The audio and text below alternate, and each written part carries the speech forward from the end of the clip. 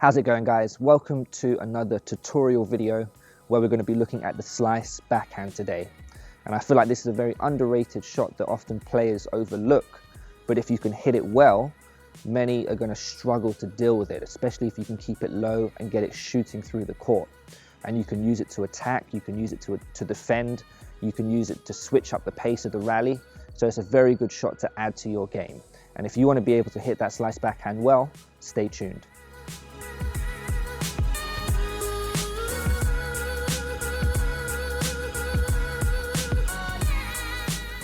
Now, an effective slice wants to stay low. It wants to stay low off the bounce and really shoot through the court. And a very common mistake I see with a lot of players is they try to knife the ball, they try to cut the ball as thin as possible because they feel the more backspin they get on the ball, the more effective the shot. But usually what happens in that situation is the ball floats up high and it usually drops quite short, easy for the opponent to punish. And that happens because in their take-back position here, their strings are too open, and when they make contact with the ball, again, the strings are too open, they don't find enough of the ball, and like I said, the ball floats up high and drops quite short. And there's actually a quick fix you guys can do to stop floating that ball up high, and that's to have a more square racket face when at contact. And if we look at the take-back position, instead of having your strings open here, you're going to have your strings a little bit more square.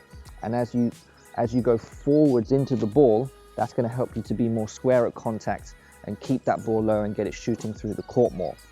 Again, if your strings are open, you're going to cut the ball too thin, the ball's going to shoot up. If you have it a little bit more square in this take-back position, as you come down on the ball, you're going to maintain that square racket face, and like I said, the ball's going to stay low and be a much more difficult shot to deal with. And also, whilst we're just talking about that take-back position, you can see when I set up for the shot here, I create this sort of L between my arm and my racket. There's a sort of L shape there, and that's going to stay consistent throughout the whole stroke. If, when I go forwards to strike the ball, if I break the L, or in other words, if I break my wrist, I don't really have much control of the shot. So just another very useful tip there, keep that L consistent from start to finish and avoid breaking that wrist.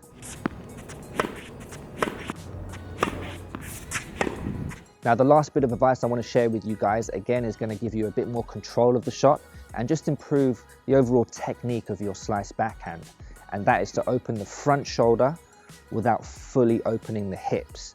Now, with the slice, you want to stay a little bit more side on, and your hips are going to open to some degree, but I'm not going to fully uncoil my hips as I would for a normal topspin backhand.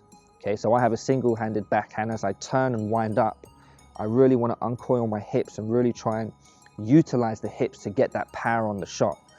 With the slice backhand, I want to stay a little bit more side on, and again, this tip's going to give you a bit more control. So try and open the front shoulder here without fully opening the hips, okay? And that's going to give you a bit more control and give you a much better slice backhand. So just quickly to summarize, we spoke about 3 different things to improve your slice backhand.